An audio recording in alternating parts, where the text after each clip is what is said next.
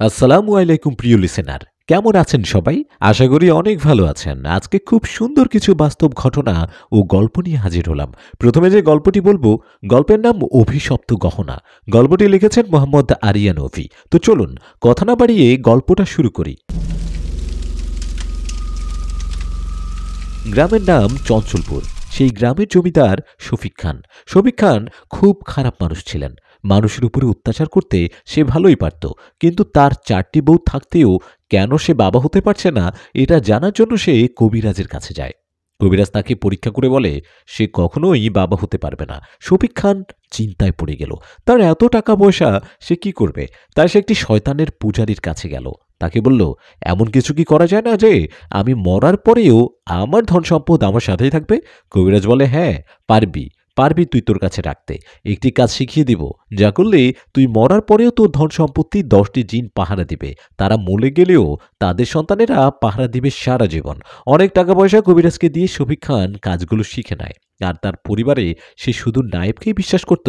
তাই তাকে রাতে ডেকে বলে, নায়েব শোনো, আমি মারা গেলে আমার লাশের সাথে আমার সব ধন সম্পত্তি যা আছে দিয়ে দিবে। কথা দাও সেটা? কথা দেয়, সে যা চায় তাই হবে। সময়ের ব্যবধানে শফিক খান একটা সময় মারা যায়।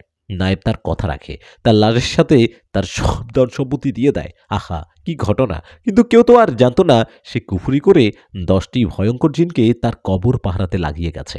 কিন্তু সবাই এটা জানতো, জমিদারের কবরে তার ধন সম্পত্তি সবই আছে।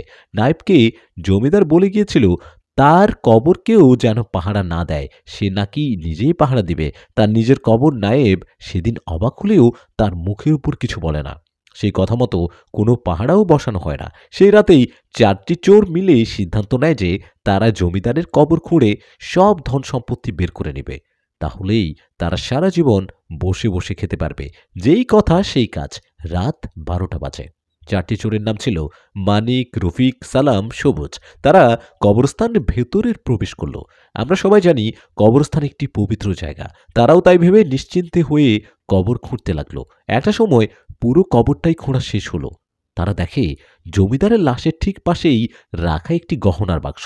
তারা হাসিমুখে বাক্সটা নিয়ে কবরস্থান থেকে বের হয়। কিন্তু তারা কি আর জানতো বাহিরে তাদের জন্য কি অপেক্ষা করছে? রাত বাড়ির পথের দিকে রওনা হলো। কিছু দূরে যাওয়ার পর মানিক বলে উঠল, ওই ওই দেখ, ওই যে আম গাছের নিচে, ওইটা কি রে? দেখে তো মানুষের মতোই মনে হয়েছে, কিন্তু কিছু একটা খাইতেছে ওই লোকটা। চল তো গিয়ে দেখি। তাদের হাতে ছিল 2টি হারিকেন। হারিকেনের আলোতে তারা যা দেখল, এটা দেখার জন্য তারা প্রস্তুত ছিল না কখনোই। ওই, ওইটা কি রে? আম গাছের নিচে দেখে তো মানুষের মতোই লাগছে। চল তো গিয়ে দেখি। এই বলে রফিক, মানিক, সবুজ, সালাম সেদিকেই গেল। এগিয়ে গেল, তাদের হাতে ছিল 2টি হারিকেন। রফিক আর মানিক একটু এগিয়ে গিয়ে বলল, কে আপনি? এত রাতে এখানে কি করছেন? লোকটিও তাদের দিকে না তাকিয়ে বলল, খুব ক্ষুধা লাগছে তাই খাচ্ছি। তারা বলল, খাচ্ছি মানে? কি খাচ্ছেন? আর আপনি এত রাতে কি খাচ্ছেন? এবার লোকটি তাদের দিকে ঘুরে তাকালো। তারা দেখল এটা জমিদার শফিক খান। তারা আরও দেখল জমিদারের মুখে একটি চোখ। কিসের চোখ দেখার জন্য যখন রফিক নিচের দিকে তাকালো, দেখল এটা রফিকের নিজের কাটা মাথা, আর তার মাথার একটি চোখ উঠানো। রফিক বলল, ওরে মারে, পালারে মানিক! এই বলে তারা 4জন এক এক দিকে দৌড় শুরু করলো। রফিক দৌড়াতে দৌড়াতে হাঁপিয়ে একটি গাছের নিচে বসে পড়ল। হঠাৎ সে চাঁদের আলোতে এসে দেখল কারো যেন এত রাতে একটি লাশের খাটিয়া ঘাড়ে নিয়ে কবরস্থানের দিকে নিয়ে যাচ্ছে। রফিক দেখল সেখানে 10টি লোক হবে, আর তারা সবাই খুব লম্বা। রফিক সাহস করে তাদের ডাক দিল। ডাক দিয়ে তাদের কাছে গিয়ে সাহায্য চাইল। তারা বলল, ঠিক আছে, দেখেন আমরা তো লাশটাকে কবর না দিয়ে যেতে পারি না। আপনি এক কাজ করেন, আপনি আমাদের সাথে চলেন, লাশটাকে কবর দিয়ে আমাদের সাথে বাড়ির পথে ফিরে যাবেন। রফিক ভাবল, একা যাওয়াটা ঠিক হবে না, তার থেকে ভালো এদের সাথেই যাই। এই বলে রফিক তাদের সাথে হাঁটা শুরু করলো। কিছুটা দূরেই কবরস্থান দেখা যাচ্ছে। রফিক বলল, এ কি? এটা তো সেই কবরস্থান। সে মনে মনে ভাবতে লাগলো, ভয় কিসের? তারা তো জমিদারের কবর খুঁড়ে গহনা নিয়ে আবার কবরটা ঠিক করেই ফিরেছিল, যাতে কেউ বুঝতে না পারে যে গহনার বাক্সটা চুরি হয়েছে। দেখতে দেখতে তারা একটা সময় কবরস্থানের ভেতরে প্রবেশ করলো। রফিক দেখল একটি কবর খোঁড়াই করা আছে। তারা সবাই সেই কবরটির সামনে গিয়ে খাটিয়াটি নামালো। কবরের লাশটি নামানো হলে রফিক একটু দূরেই দাঁড়িয়েছিল। সেই 10জনের ভেতরে একজন রফিককে ডাক দিল। রফিক এগিয়ে এলো। সে লোকটা বলল, কাকে শেষ বিদায় দিতে এলেন? একবার দেখবেন না? এ বলে কবরে থাকা লাশটির কাফনের কাপড় সরিয়ে দিল। রফিক দেখল এটা তো জমিদারের লাশ। রফিক ভয়েই ২ পা পিছিয়ে এলো। রফিক আরো ভয় পেয়ে গেল যখন সে দেখল জমিদারের লাশটি শোয়া থেকে উঠে বসল আর তার দিকে তাকিয়ে বলল, "কিরে, আমার গহনার বাক্স নিয়ে যাবি এত সহজে?" রফিক বুঝতে পারল তার সাথে থাকা ১০টি লোক আসলে মানুষ নয়। জমিদারের লাশটি সেই ১০ জন জিনের উদ্দেশ্য করে বলল, "ওরা আমার গহনার বাক্স নিয়ে গেছে। আমার কবরে আমার হাতের পাশেই আমার বাক্সটা ছিল। ওরা তা নিয়ে গেছে। এখন যতদিন না আমার বাক্স আমার কাছে আসে, ততদিন আমার হাতের পাশে ওর মাথাটা রেখে দে তো।" এই বলে জমিদারের লাশটি কবরের ভেতরে শুয়ে পড়ল। সে ১০টি ভয়ঙ্কর জিনের ভেতর একটি জিন রফিককে শরীর থেকে এক টানে মাথাটা আলাদা করে ফেলল। তারপরে মাথাটা জমিদারের লাশের হাতের পাশে রেখে দেয় আর কবরটা আমার মাটি চাপা দিয়ে দেয় আগের মতো। বাকি রইল ৩ জন, মানিক, সবুজ, সালাম। সেদিন রাতে মানিক, সবুজ, সালাম যে যার মতো ভয় পেয়ে তাদের বাড়িতে চলে যায়। কিন্তু তারা তো জানত না যে রফিকের ভয়াবহ মৃত্যুর কথা মানিক, সবুজ, সালাম কেউ জানত না। পরদিন সকালে সবুজ মানিকের বাসায় গিয়ে তাকে ডাকতে থাকে, "মানিক, কই তুই? তাড়াতাড়ি বের হও, আমাদের মাঝে রফিক আর নেই।" মানিক ঘর থেকে দূরে বের হয়। "কি বলিস তুই? কি হয়েছে রফিকের?" সবুজ মানিককে জানাই, গ্রামের বটতলায় রফিকের মুন্ডবিহীন শরীর গাছের সাথে দড়ি দিয়ে ঝুলানো আছে। পরে মানিক আর সবুজ দুজন মিলে সালামকে নিয়ে সেখানে উপস্থিত হয়ে গিয়ে তারা দেখে যে রফিকের মুন্ডবিহীন শরীরটা গাছের সাথে ঝুলছে। তারা ভাবতে থাকে, এই কাজটা কি করলো? কাল রাতেই তো আমরা একসাথে ছিলাম। তাহলে কি রফিক সেদিন রাতে আর আসতে পারেনি? রফিকের লাশটি সবাই মিলে কোনোভাবে দাফন করে। রাতে চায়ের দোকানে বসে মানিক, সবুজ, সালাম তারা ভাবতে থাকে রফিকের মৃত্যুর পিছনে আসলে কি? তাহলে একই গহনার বাক্স এনে তারা অনেক বড় বিপদের সম্মুখীন হতে চলেছে। সালাম মানিক, সবুজকে উদ্দেশ্য করে বলে, "আমরা বোধহয় এই কাজটি ঠিক করিনি। আমাদের অজান্তে অনেক বড় একটি ভুল করে ফেলেছি। আমরা আমরা হয়তো রফিকের মতোই মারা যাব।" মানিক বলে ওঠে, "আমাদের কিছুই হবে না। আমি এখন অনেক বড় তান্ত্রিকের কথা জানি। তার কাছে কালকে আমরা সবাই মিলে যাব এবং তান্ত্রিকের কাছে আমরা জানতে চাইব রফিকের মৃত্যুর পেছনে আসলে কি লুকিয়ে আছে আর আমাদের বাঁচার উপায় কি।" কথা শেষ করে যে যার মতো বাড়ি চলে গেল। তাদের বাড়ি গ্রামের এক এক দিকে থাকার কারণে তারা তাদের নিজের বাড়ির উদ্দেশ্যে একাই চলতে হয়। তবে রাত বেশি না হওয়ায় তাদের তেমনটা ভয় লাগছিল না। সবুজ মানে ঠিকমতো বাসায় পৌঁছে গেলেও সালামের সাথে অনেক ভয়ঙ্কর একটি ঘটনা ঘটে যায়। সালাম যখন একা হাঁটতে থাকে, বাড়ির উদ্দেশ্যে পিছন থেকে কেউ একজন বলে উঠে, "কিরে সালাম, কোথায় যাচ্ছিস? আমার বাড়িতে তোর বাড়ির খুব কাছে। আমাকেও নিয়ে জানা রে ভাই। এতদিনের বন্ধুত্ব কিভাবে ভুলে গেলি?" সালামের সবচেয়ে বড় ভুল ছিল সে পিছে ঘুরে তাকিয়ে ফেলে আর যা দেখেই তার জন্য সে কোনোভাবেই প্রস্তুত ছিল না। সালাম পিছের দিকে তাকিয়ে দেখে রফিক দাঁড়ানো আর তার মুন্ডটা তার ঘাড়ে চামড়ার সাথে কোনো রকম লাগানো। সেখান থেকে সে কথা বলছে। এই দৃশ্য দেখে সালাম বলে, "এ কি হতে পারে? না না, এটা হতে পারে না। রফিক, তুই তো মারা গেছিস।" সালাম আরও দেখে রফিকের পিছে 10টি লম্বা কালো জুব্বা পরা লোক আর তাদের হাতে ছিল 10টি হারিকেন। হারিকেনের আলোতে তাদের মুখগুলো ঠিক বোঝা যাচ্ছিল না। এই দেখে সালাম আরও বেশি ভয় পেয়ে যায়। সে কি করবে সেটা বুঝতে পারছে না। সেই 10টি লোকের থেকে 2টি লোক এগিয়ে এসে সালামকে টেনে হিঁচড়ে কবরস্থানের দিকে নিয়ে যেতে থাকে। সালাম আরও দেখে রফিক রূপে যে ছিলেন সে বলতেছে, "ভয় পাস না ভাই, আমার মতো তোর মাথাটা তারা রেখে তোর শরীরটাকে ফেলে দিবে। আমরা আবার একসাথে মিলেমিশে চলতে পারবো।" এই বলে সে হাসতে শুরু করে। রফিক তখন কান্না করে তাদের বলতে থাকে, "আমাকে ছেড়ে দিন, আমি আপনাদের গয়নার বাক্সটা ফিরিয়ে দিব। আমাকে প্রাণে মারবেন না, আমাকে ছেড়ে দিন, আমার উপরে দয়া করুন।" এ বলে সে খুব কান্না করতে থাকে। কিন্তু তার কথা কেউ শোনে না। সবাই হাসতে হাসতে তাকে কবরস্থানের দিকে টেনে হিঁচড়ে তাকে নিয়ে যেতে থাকে। রফিককে টেনে ঠিক জমিদারের কবরের সামনে নিয়ে যায় তারা। জমিদারের কবরটি আগের মতো আবার খোঁড়াই করা এবং তারা তাকে ডাকতে থাকে, "কোথায় আপনি? উঠে আসুন, আপনার দ্বিতীয় শিকার চলে আসছে। কি করবে সাথে? আপনি বলে দিন।" সালাম দেখে জমিদারের লাশটি কবর থেকে উঠে দাঁড়িয়েছে। তার শরীরের মাংসগুলো পচে পচে গলে গলে পড়ে যাচ্ছে। তারপরেও সেই লাশটি কথা বলছে। জমিদারের লাশটি সেই 10টি জিনের উদ্দেশ্যে বলে, "আগেরবার তো তোরা আমায় একটি মাথা উপহার দিয়েছিলি। যাক, এবারের ব্যক্তিটি মাথাটি ছেড়ে দে। তোরা বরং এই ব্যক্তির শরীরকে আমাকে উপহার দিতে পারিস।" এ বলে জমিদারের লাশটি হাসা শুরু করে আর 10টি জিন তার দেখাদেখি হাসতে শুরু করে সালাম নিতে খুব বেশি ভয় পেয়ে যায়। এক পর্যায়ে এসে 10টি জিনের মধ্যে একটি জিন এগিয়ে এসে সালামের শরীর ধরে উঁচু করে তার থেকে তার মুন্ডু আলাদা করে ফেলে। জমিদারের লাশটি আবারও কবরে শুয়ে পড়ে আর তার কথা মতো সেই জিনগুলো সালামের শরীরটা লাশের পাশে দিয়ে কবরটা আবার আগের মতো ভরাট করে ফেলে। পরের দিন সকালে মানিক সবুজ যখন ঘর থেকে বের হয়ে তান্ত্রিক বাবার উদ্দেশ্যে রওনা দিবে, মানিক সবুজ যাওয়ার পথে সেই বটতলার নিচে দেখে অনেক মানুষ জড়সড় হয়ে দাঁড়িয়ে আছে। তারা কৌতূহল বশত আবার সেই বট গাছের নিচে যায়, কিন্তু এবার তারা যা দেখে, এটা দেখার জন্য তারা দুজন একেবারে প্রস্তুত ছিল না। এটা দেখে তাদের কলিজা কেঁপে ওঠে। তারা দেখে আগের মতোই বটগাছের একটি ডাইলের সাথে আগের মতোই সালামের দেহটা ঝুলছে, কিন্তু এবার এবার একটু তফাৎ আছে। রফিকের যেমন মুন্ডুবিহীন শরীরের সাথে ঝুলছিল, এখন সালামের মুন্ডুবিহীন নয়, শুধু মুন্ডুটাই দড়ির সাথে ঝুলানো, পুরো শরীরটাই গায়েব। এটা দেখে তাদের ভয় আরও দ্বিগুণ বেড়ে যায়। তারা ভাবে হয়তো সেই গহনার জন্য ওই শয়তান সালামকেও মেরে ফেলেছে। চল সবুজ, তাড়াতাড়ি তান্ত্রিক বাবার কাছে যেতে হবে, নয়তো আমরাও মারা পড়ব। মানিক সবুজ খুব দ্রুত পাও চালিয়ে সেই তান্ত্রিকের কাছে যায়। সে খুব কান্না করতে থাকে। মানিক বলে, বাবা আমাদের বাঁচান, আমরা অনেক বড় ভুল করে ফেলেছি। তান্ত্রিক জানতে চায়, কি হয়েছে, কি হয়েছে তোদের? শুরু থেকে শেষ পর্যন্ত সবকিছুই তারা তান্ত্রিককে বলে। তান্ত্রিক তাদের বলে সেই গহনার বাক্স এখানে নিয়ে আসতে। তান্ত্রিকের কথা মতো মানিকের সবুজ আবার বাড়ির পথে রওনা দেয়, এসে গহনার বাক্স তান্ত্রিকের কাছে নিয়ে আসার জন্য। তান্ত্রিকের মনে তো ছিল অন্য একটি পরিকল্পনা। সে ভেবেছিল আসলে তাদের দুজনকে কোনোভাবে সরিয়ে দিতে পারলে এই পুরো গহনার বাক্সটা, তার জমিদারের জমানো সব সম্পদ সে পেয়ে যাবে। তান্ত্রিকের কাছে ছিল 5টি ভয়ানক জিন। তাই তান্ত্রিক পরিকল্পনা করে যে তার জিনগুলোকে দিয়ে সেই ভয়ঙ্কর জিনটাকে মেরে ফেলবে। কিন্তু সে তো জানে না সেখানে কয়টা জিন ছিল আর তারা কতটা শক্তিশালী জিন ছিল।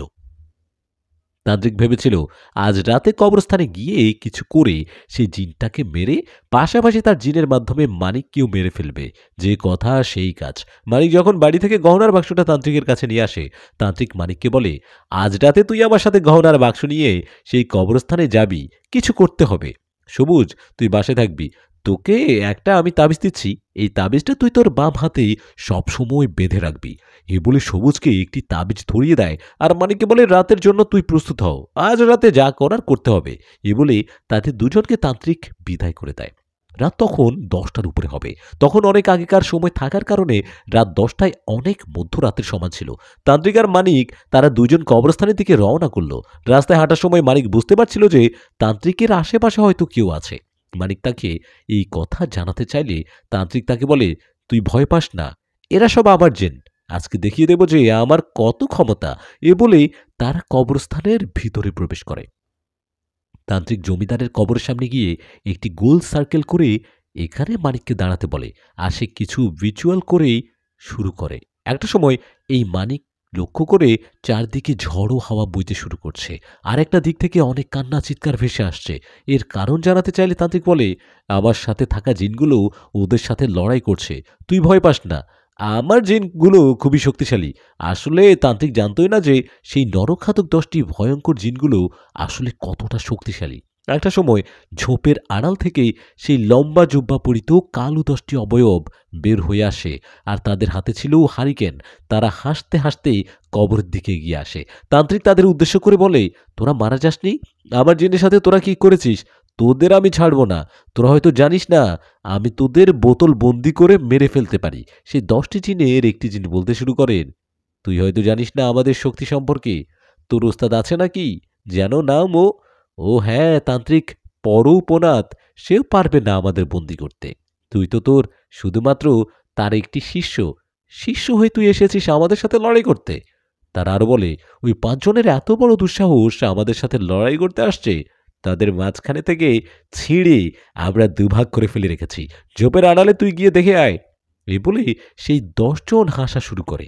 তান্ত্রিক তাদের হাসি দেখে ভয় পেয়ে যায়। সে বুঝতে পারে সে কত বড় ভুল করে ফেলেছে, কত বড় বোকামি করে ফেলেছে। সে ভেবেছিল তার 5 জনকে দিয়ে এই সমস্যার সমাধান করবে, পারবে, কিন্তু সে তো জানতো না যে এই 10 জন এত শক্তিশালী জিন। তান্ত্রিক এবার আকুতি মিনতি করতে শুরু করে।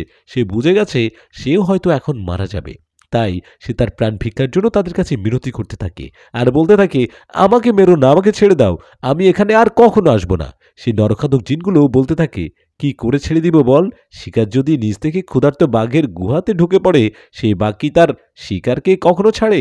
এ বলে তারা আবার হাসতে শুরু করে। একটি সময় সেই 10টি জিনের থেকে 2টি জিন তান্ত্রিকের চুলের মুঠি ধরে টানতে টানতে সেই ঝোপের দিকে নিয়ে যায়। এসব মানিক দেখে তো অনেক ভয় পেয়ে যায়। তাই তান্ত্রিককে যখন তারা টানতে টানতে নিয়ে যাচ্ছিল, মানিক কান্না করতে করতে জায়গায় বসে পড়ে। সে কোনোভাবেই সেই সার্কেল থেকে বের হচ্ছিল না। সে তার ধারণা আছে সার্কেলে থাকলে হয়তো বেঁচে যাবে। আর কিছুক্ষণ পর তান্ত্রিকের আত্মচিৎকার মানিকের কানে ভেসে আসে। আর কিছুক্ষণ পর সবকিছু আগের মতো থমথম নিরিবিলি হয়ে যায়। মানিক ভয়ে ভয়ে বসে থাকে। চারিপাশ চুপচাপ মনে হয় এখানে কিছুই হয়নি। পুরো পরিবেশটা আগের মতোই থমথমে হয়ে গেছে। তার বেশ কিছুক্ষণ পর সেই ১০টি অবয়ব সেই ঝোপ থেকে বের হয়ে আস্তে আস্তে মানিকের সামনে এসে দাঁড়ায়। মানিক তার হাতে রাখা সেই গয়নার বাক্সটি সে জিনদের সামনে ছুঁড়ে দেয় আর বলে, আমাকে প্রাণ ভিক্ষা দিন, আমি অনেক বড় ভুল করে ফেলেছি। এরপর সেই ১০ জিন জমিদারের আত্মাকে ডাকতে থাকে। কোথায়? উঠে আসুন, আপনার জিনিস আপনি বুঝে নিন। মানিক দেখে জমিদারের কবরটি আস্তে আস্তে কাঁপছে এবং মাটিগুলো আপনি আপনি সরে যাচ্ছে। একটা সময় জমিদার উঠে দাঁড়ায়। মানিক আরও দেখে জমিদারের এক হাতে তার বন্ধু সালামের কাটা মাথা, আরেক হাতে তার বন্ধুর রফিকের কাটা শরীর। এই দেখে মানিক হাউমাউ করে কান্না করতে থাকে, তার প্রাণ ভিক্ষা চায়। জমিদার মানিককে বলে, কি ভেবেছিলি তোর বাবা তোকে বাঁচাতে পারবে? যা গিয়ে দেখে আয় চোখের সামনে তোর বাবার কি অবস্থা। জমিদারের আত্মা সেই ১০টি জিনের উদ্দেশ্যে, জমিদারের আত্মা বলে, হে তো এর গহনার বাক্সটি ফিরিয়ে দিয়েছে, তাই তার মাথা কিংবা শরীর কিছুই তার দরকার নেই। তোমরা তাকে তোমাদের ভোজন হিসেবে গ্রহণ করো। সেই ১০টি জিন তো খুশি মনে জমিদারকে অনেক অনেক ধন্যবাদ দিতে লাগে। আরেকদিন মানিক তো ভয়ে আরো বেশি কান্না করতে লাগে ওই কোণে বসে। এরপর জমিদার তার গহনার বাক্স নিয়ে তার কবর শুয়ে পড়ে। আর কবরটা আগের মতোই ভরাট হয়ে যায়। এবার সেই ১০টি জিন মানিকের দিকে আগাতে থাকে। মানিক বলে, তোমরা এই গোল সার্কেলের ভিতরে আসতে পারবে না। তান্ত্রিক বাবা আমাকে বলেছেন। সেই ১০টি জিন এবার হাসা শুরু করে আর বলে, তোর তান্ত্রিক বাবা তো নেই, তার মন্ত্র করা এই সার্কেল কাজ করবে এটা ভাবছিস কি করে বোকা? এ শুনে মানিক সার্কেল থেকে বের হয়ে একটি দৌড় শুরু করে। তার ধারণা তারা হয়তো ঠিকই বলেছেন, যেখানে তান্ত্রিক নিজে নেই সেখানে তার সার্কেল কি কাজে দেবে। কিন্তু মানিক তো আর জানতো না এরা মানুষ না, যে যাদের কাছে থেকে এসে দৌড়ে পালিয়ে এরা হচ্ছে গিয়ে নরখাদক জিন। একটু পরেই তারা মানিককে ধরে ফেলে আর বলে যে, তুই আসলে একটা বোকারে মানিক, তুই যদি সেই সার্কেলের ভেতরে থাকতি তাহলে আমরা তোর কিছুই করতে পারতাম না। কিন্তু তুই তো ভয়ে ওখান থেকে দৌড় দিলি। কিন্তু তুই তো জানিস না আমাদের সাথে দৌড়িয়ে যেতে পারবি না। আর তুই তোর নিজের মরণ তুই নিজে নিয়ে আসলি রে মানিক। এই বলে সেই নরখাদক ১০টি জিন মানিকের উপরে ঝাঁপিয়ে পড়ে। এত রাতে আশেপাশে কেউ ছিল না, যেই মানিকের এই মৃত্যু আর্তনাদ চিৎকারটি শুনবে। তারপরের দিন গ্রামের লোকেরা দেখতে পায় যে সেই বটতলায় তান্ত্রিকার মানিকের ভয়াবহ লাশ দুটো পড়ে আছে। গ্রামের লোকেরা লক্ষ্য করে তাদের লাশের চোখ নেই, পাশাপাশি কিডনি ও কলিজাও নেই। তারা সবাই বুঝে যায় এই মৃত্যুগুলো আসলে অস্বাভাবিক। তাই তারা একটি অনেক বড় আলেমকে আনার সিদ্ধান্ত নেয়। তাই সবাই মিলে পাশের গ্রাম থেকে অনেক বড় একটি আলেমকে নিয়ে আসেন, যিনি এইসব ধরনের কাজকর্ম করতেন। আলেম সাহেব গ্রামে এসে গ্রামের মসজিদে ২ রাকাত নফল নামাজ পড়ে একটু জিকিরে বসেন। তারপরে গ্রামের লোকদের বলতে থাকেন, আপনাদের গ্রামে সবুজ নামে কোনো ব্যক্তি থাকে কিনা? গ্রামের লোকেরা আলেম সাহেবকে বলেন, হ্যাঁ থাকে, আর সবুজ এই ৩ জনেরই বন্ধু ছিলেন। আলেম সাহেব বলেন, আমি এই মসজিদে এই অবস্থান করছি, আপনারা গিয়ে সেই সবুজকে নিয়ে আসেন, সে সব বিস্তারিত জানে। আলেম সাহেবের কথা মতো সবুজকে ধরে আনা হয়। সবুজ আলেম সাহেবের পায়ে ধরে কান্নাকাটি করতে থাকে। আলেম সাহেব বলেন, আমি জানি আপনি সবকিছু জানেন, দয়া করে গ্রামের সবাইকে এই বিস্তারিত বলেন। সবুজ তার অপরাধ স্বীকার করে গ্রামের লোকদের শুরু থেকে শেষ পর্যন্ত যা যা হয়েছে সব কিছু খুলে বলে। সবটা জানার পর গ্রামের লোকেরা সবুজকে যখন মারতে চায়, আলেম সাহেব তাদের থামিয়ে বলেন, আপনারা শাস্তি দেওয়ার কেউ হন না, ও নিজের ভুল বুঝতে পেরেছে, এখন আপনাদের কাছে সাহায্য চাচ্ছে। আপনারা আল্লাহর রহমতে ওকে সাহায্য করেন, আমরা সবাই মিলে ওকে সাহায্য করব।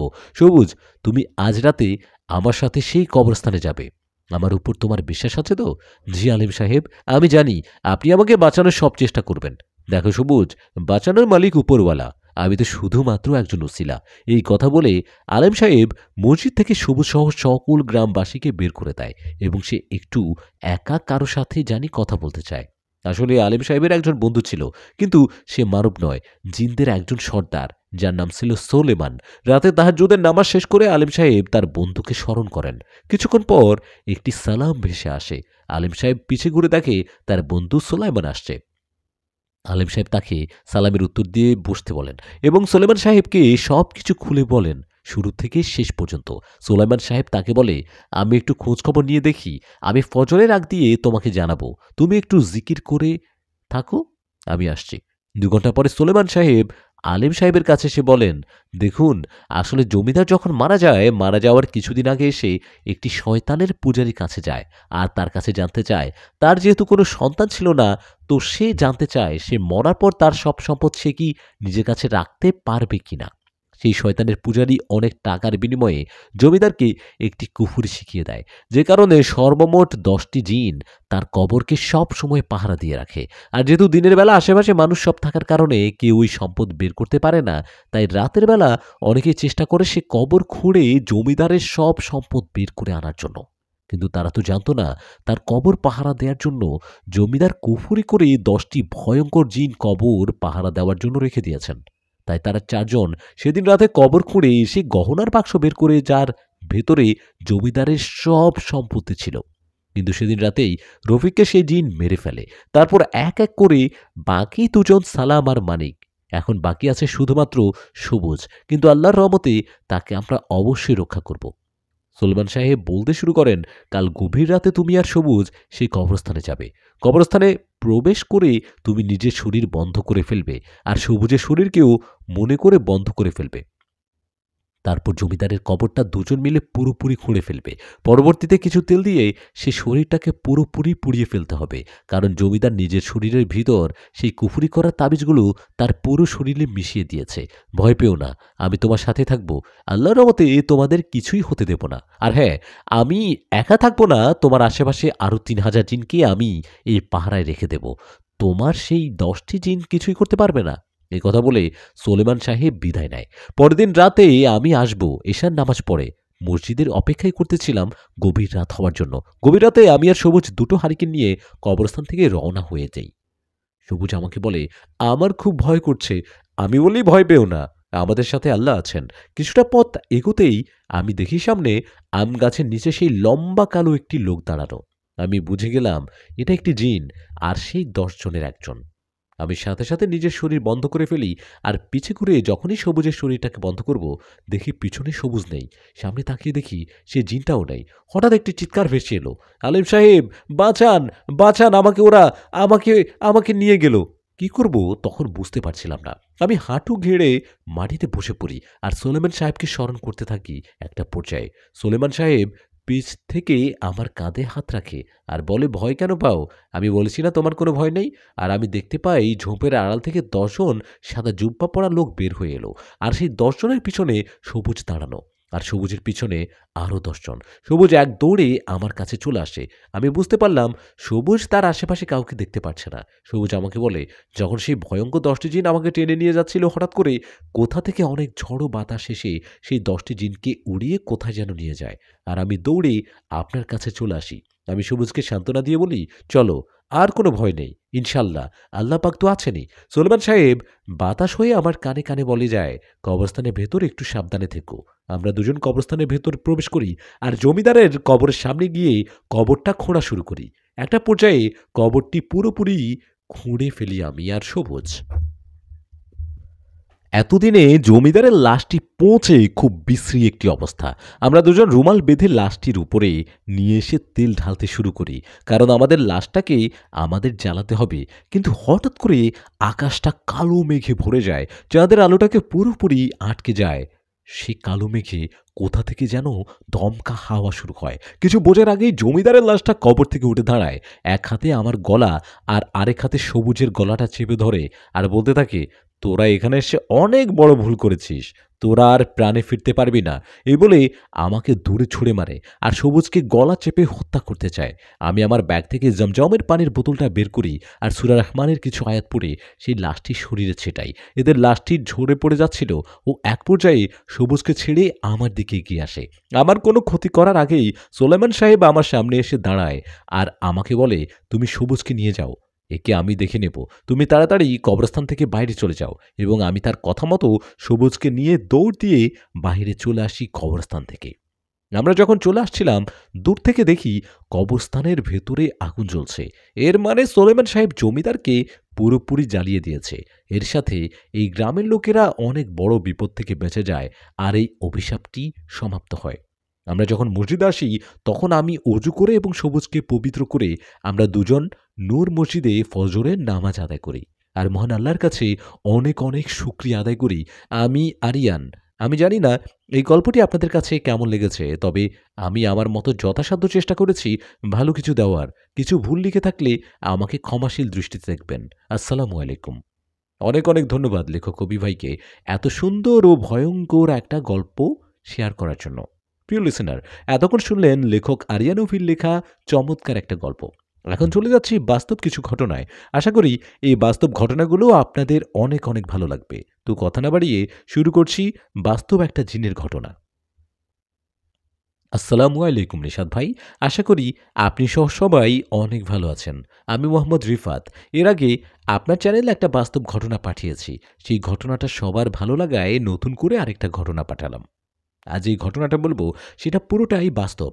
ঘটনাটি ঘটেছিল আমার ছোট ফুপির সাথে। আমার ফুপি এতটাই সুন্দর যে তার পেছনে অনেক ছেলে ঘুরত। কিন্তু আমার ফুপি খুব পর্দাশীল থাকায় এসবে কখনোই পাত্তা দিতেন না। মনে হতো যে তার সৌন্দর্যে উজ্জ্বলতায় ঘর আলোকিত থাকত। তিনি অনেক পর্দা করায় বড় কোনো কারণ ছাড়া ঘর থেকে তিনি বের হতেন না। যদি বের হতেন তাহলে বোরকা পরে বের হতেন। আমার ফুপি ঘুমানোর সময় একটা স্বপ্নই প্রতিদিন দেখতেন। রোজ রাতে একটা স্বপ্ন। তিনি স্বপ্নে দেখতেন উঁচু লম্বা একজন তাকে ডাকছে। কিন্তু তিনি কোনোদিন ওই ব্যক্তির মুখ দেখেননি। তিনি বুঝতে পারেননি যে একই স্বপ্ন তিনি প্রতিদিন দেখছেন। একদিন স্বপ্নে ওই ব্যক্তিটি তাকে বলে যে আমি তোমাকে খুব ভালোবাসি। তোমার সৌন্দর্য আমায় পাগল করেছে। আমি খুব তাড়াতাড়ি তোমাকে নিয়ে যাব। এটা শোনার পর আমার ফুপির সাথে সাথে ঘুম থেকে চিৎকার করে ওঠে। ফুপি চিৎকার সবাই দৌড়ে যায় গিয়ে শুনে এই ঘটনা। এত কিছু হবার পরও ফুপি এখনো বুঝতে পারেনি যে তিনি একটা স্বপ্ন বারে বারে দেখছেন। ওই স্বপ্নটা দেখার পরও ফুপি এতটা গুরুত্ব দিলেন না। পরে স্বপ্নটা আবার দেখলেন। এবার ফুপি একটু গুরুত্ব দিয়ে বললেন, একটি স্বপ্ন ২ দিন দেখলাম। পরে সকালে ফুপি সবকিছু আমার দাদির কাছে বলার পর দাদি বলেন, এটা তো অন্য কিছু সমস্যা রয়েছে।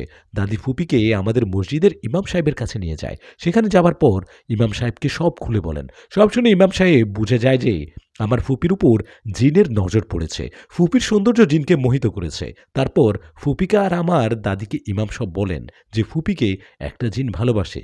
জিনটা খুব শক্তিশালী।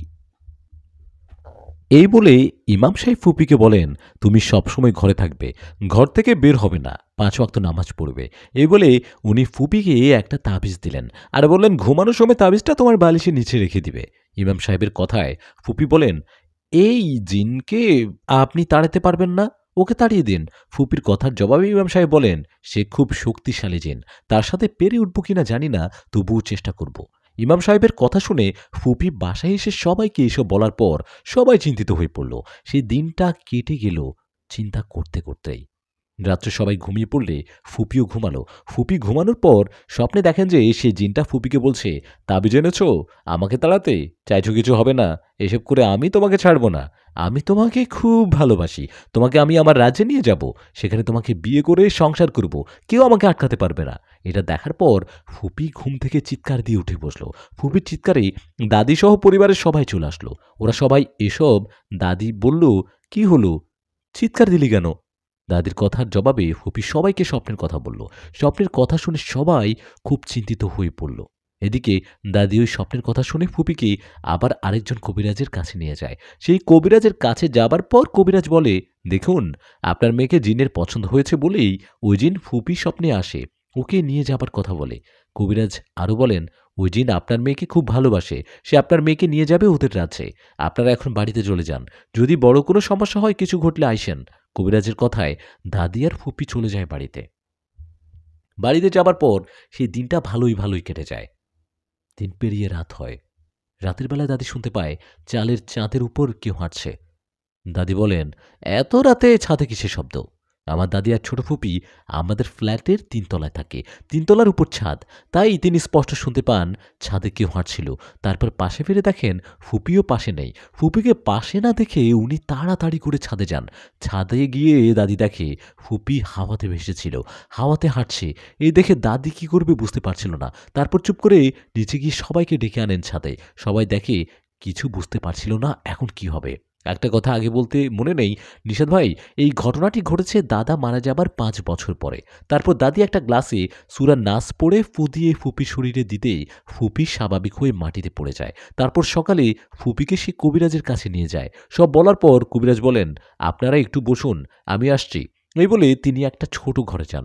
৫ মিনিট পর বেরিয়ে এসে বলে, আপনার মেয়ের উপর ওই জিন ভর করেছিল। যে জিনটা ওকে ভালোবাসে ওর স্বপ্নে আসে। আপনি হয়তো শুনে অবাক হবেন কে এই জিন। এটা সে জিন যে জিনের পুত্রও আপনার স্বামীকে মেরেছে। ওনার কথা শুনে দাদি অবাক।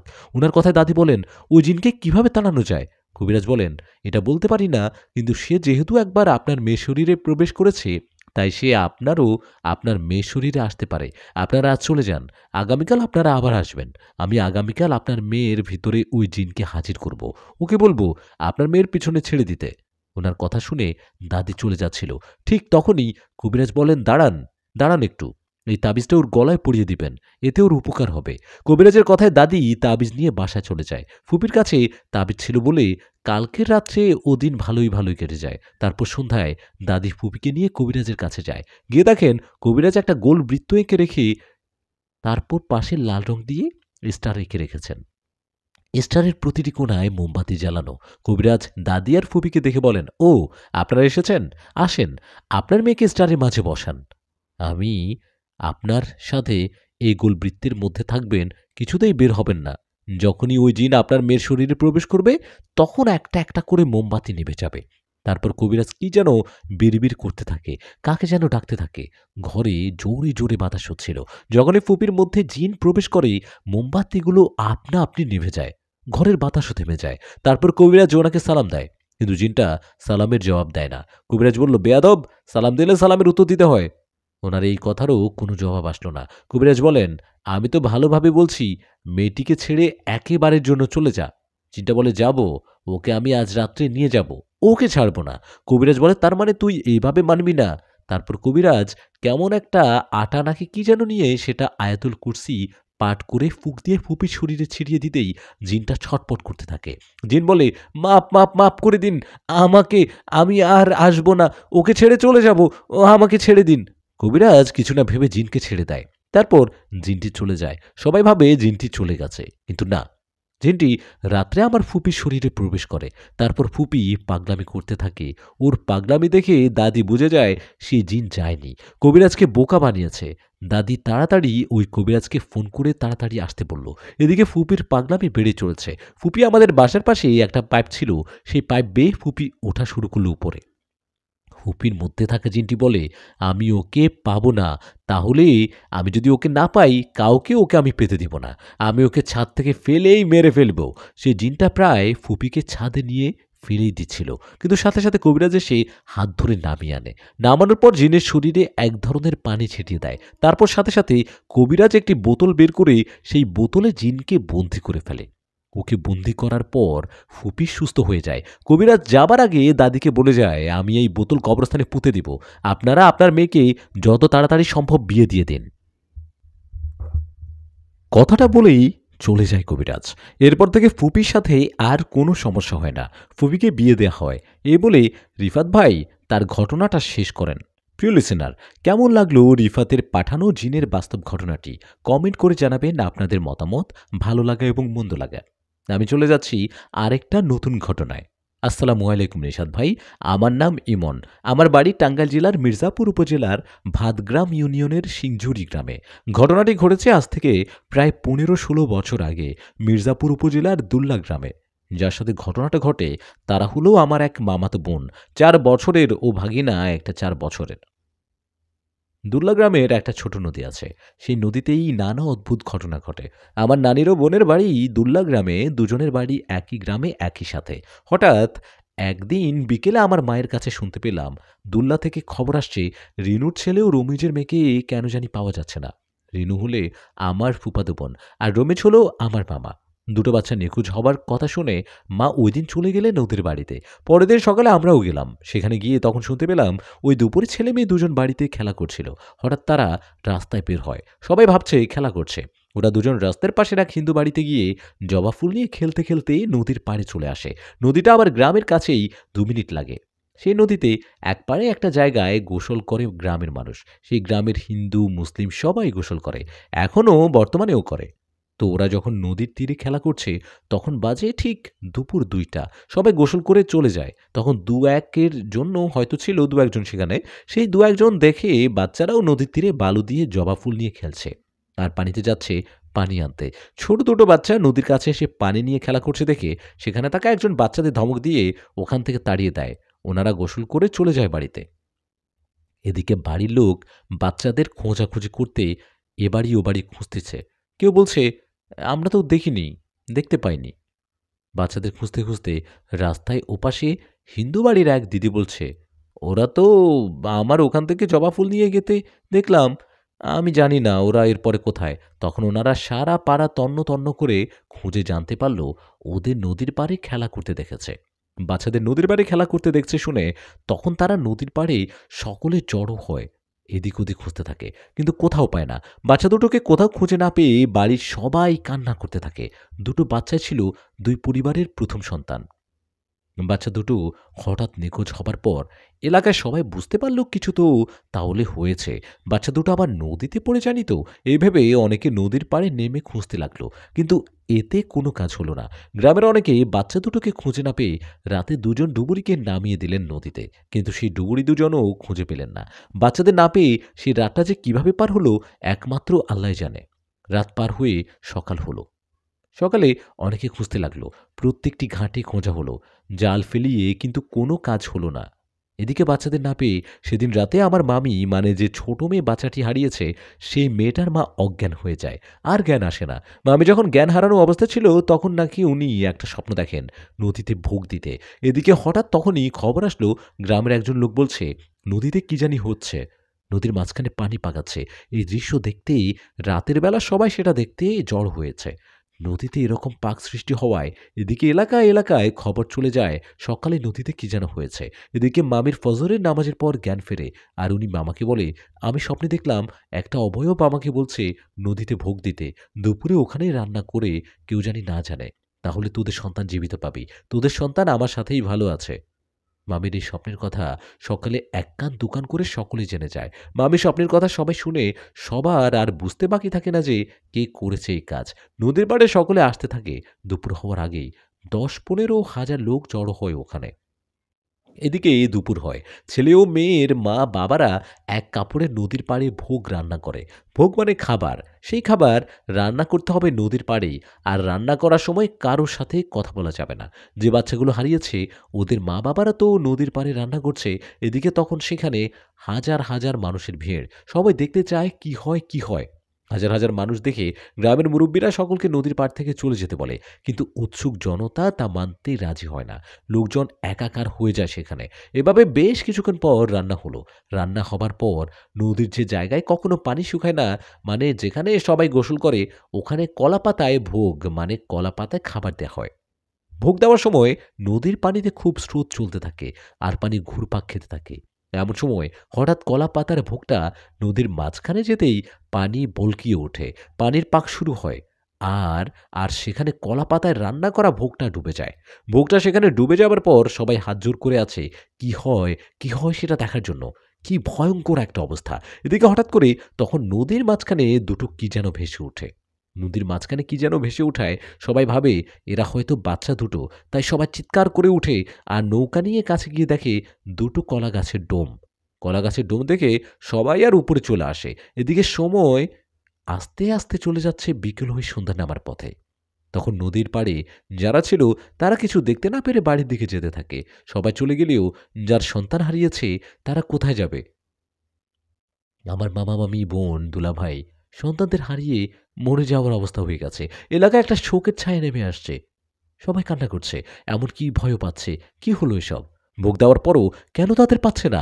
এমন অবস্থায় সন্ধ্যার আজানের সময় হঠাৎ খবর আসলো চুনাতি নামক একটা ঘাটে জেলের জালে একজন ছেলের লাশ ও আমাদের মির্জাপুরে কুমুদিনী হসপিটালের সামনে কুতুববাজারে ঘাটে একটা মেয়ের বাচ্চা লাশ ভেসে উঠছে। ওদের লাশ খুঁজে পাওয়ার পর তাদের পরিবারের সবাই তাদের নিয়ে বাড়ি চলে আসে। বাড়িতে আসার পর যে ছোট ছেলে বাচ্চাটা মারা গেছে সে ছেলের দেখে কানের কাছের গোস্ত তুলে ফেলছে, সেখান থেকে রক্ত বের হচ্ছে। আর মেয়ে বাচ্চাটার কপালে ও নাকের কাছে সেম অবস্থা, রক্ত বের হচ্ছে।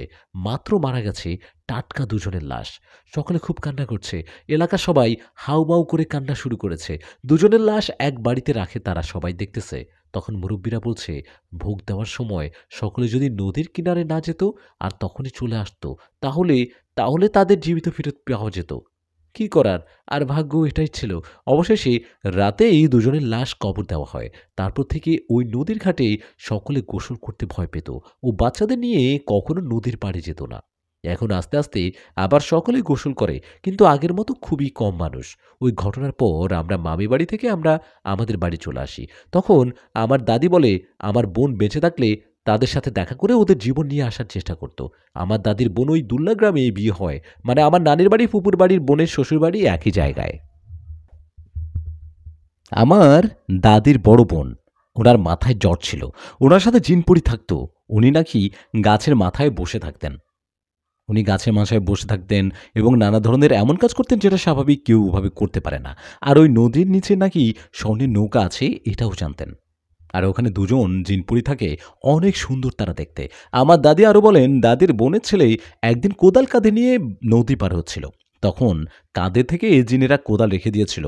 পরে ওই দাদি আবার ওটা মাপ চেয়ে নিয়ে আসে। এরকম অনেকেই ছোট ছোট ঘটনাগুলোর সাক্ষী ওই নদী নিয়ে, যা আজও অনেকের সাথেই ঘটে এবং ঘটনাগুলোর কারণে সেই ঘটনার পিছনের ঘটনা আজও অজানা। এই বলেই ইমন ভাই গল্পটা শেষ করেছেন। অনেক অনেক ধন্যবাদ ইমন ভাইকে এত সুন্দর একটা বাস্তব ঘটনা আমাকে পাঠানোর জন্য। প্রিয় লিসেনার, আমি এখন চলে যাচ্ছি এই এপিসোডের শেষ ঘটনায়। আসসালামু আলাইকুম নিশাদ ভাই, আমার নাম মোহাম্মদ আরমান। আমি ভোলা জেলার বোরহানউদ্দিন উপজেলার কোনো এক গ্রামের বাসিন্দা। আমার সাথে ঘটে যাওয়া এই ভয়ঙ্কর ঘটনা আপনার সাথে শেয়ার করছি। আশা করি ঘটনাটি আপনাদের ভালো লাগবে। আমার বয়স 23-24 হবে। ঘটনাটা ঘটে 2023 সালের বর্ষা মৌসুমে। আমি ভৌতিক ব্যাপার খুব আগ্রহী, তাই তেমন ভয় করি না। নিজের অভিজ্ঞতা হিসেবে দেখি, ঘটনাটা ঘটে রাতে, কোনো এক রাত প্রায় 1:45-এর কাছাকাছি। আমি আমার চাচাতো ভাইদের সাথে বর্ষার পানিতে মাছ ধরে বাড়ি ফিরছিলাম। বাড়ি ফেরার পথে একটা বড় বাগান সুপারি আর নারিকেলের। আমি একা আপন মনে বাড়ির পথে ধরে হাঁটছিলাম। হঠাৎ বাগানের ভেতর দিয়ে আসার পথে দেখলাম আমার থেকে কিছুটা সামনে দুটো বড় বড় লাইটের মতো কিছু একটা। আমি ওটার পরোয়া না করে আবার হাঁটছিলাম। হঠাৎ মনে হচ্ছে কেউ আমার পেছনে হাঁটছে। যেই ভাবা সেই কাজ, কেউ আমাকে পেছন থেকে দিল খুব জোরে একটা ধাক্কা। তখন বুঝতে পারছি অদৃশ্য শক্তি আমাকে ভয় দেখাচ্ছে। আমি আবার হাঁটতে থাকি, কিন্তু আমার পথ শেষ হচ্ছে না। 5 মিনিটের পথে 10 থেকে 15 মিনিট হয়ে গেছে। তারপর কেউ হঠাৎ আমার হাত থেকে মাছের ব্যাগটা থাবা দেয়, কিন্তু কেন আর কোথায় নিল সেটা বুঝতে পারিনি। তাই কিছুক্ষণ দাঁড়িয়ে বকাঝকা করে চলে যেতে লাগি। সামনের দিকে হাঁটছি, একটা নারিকেল পাতা নিচের দিকে ঝুঁকে পড়ে আছে। ওটা নিচে দিয়েই চলে যাই। কিছু দূর যাওয়ার পর মনে হয় ওই ঝুঁকে পড়ে থাকা নারিকেল পাতাটার উপর কি যেন একটা ছিল। হাতে ছিল টর্চ লাইট। আমি লাইট মারতে মারতে ওই পাতাটার দিকে এগিয়ে যাই। লাইট মেরে আমার মাথায় যেন আকাশ ভেঙে পড়ছে। দেখতে পাই ওই পাতাটায় সাদা শাড়ি পরিহিতা একটা নারী, তার লাল চোখ, বড় বড় দাঁত, আর হাতে কিছু মাছ, আর আমার ব্যাগটা তার পাশেই পড়ে আছে। এমত অবস্থায় আপনি হলে কি করতেন? আমি এই দৃশ্য দেখে ভয়ে কোনো রকমে দোয়া দুরুদ পড়ে তাড়াতাড়ি বাড়ি চলে যাই। বাড়ি যাবার পর আমার সাথে আর কিছু ঘটেনি। এই ঘটনার পর রাত করে আমি আর কখনো বাইরে বের হইনি। এই ছিল আমার নিজের সাথে ঘটে যাওয়া ছোট্ট একটা ঘটনা। ঘটনাটা শেয়ার করলে খুশি হব। আসসালামু আলাইকুম। প্রিয় লিসেনার, কেমন লাগলো আজকের এপিসোডটি? কমেন্ট করে জানাবেন আপনাদের মতামত। আর নতুন নতুন গল্প পেতে চ্যানেলটি সাবস্ক্রাইব করবেন। আর এখানে আজ বিদায় নিচ্ছি, এই গল্পের এখানেই শেষ। আসসালামু আলাইকুম। নতুন গল্প নিয়ে হাজির হব আপনাদের সামনে। ভালো থাকবেন ততক্ষণ। ধন্যবাদ সবাইকে এতক্ষণ সাথে থাকার জন্য।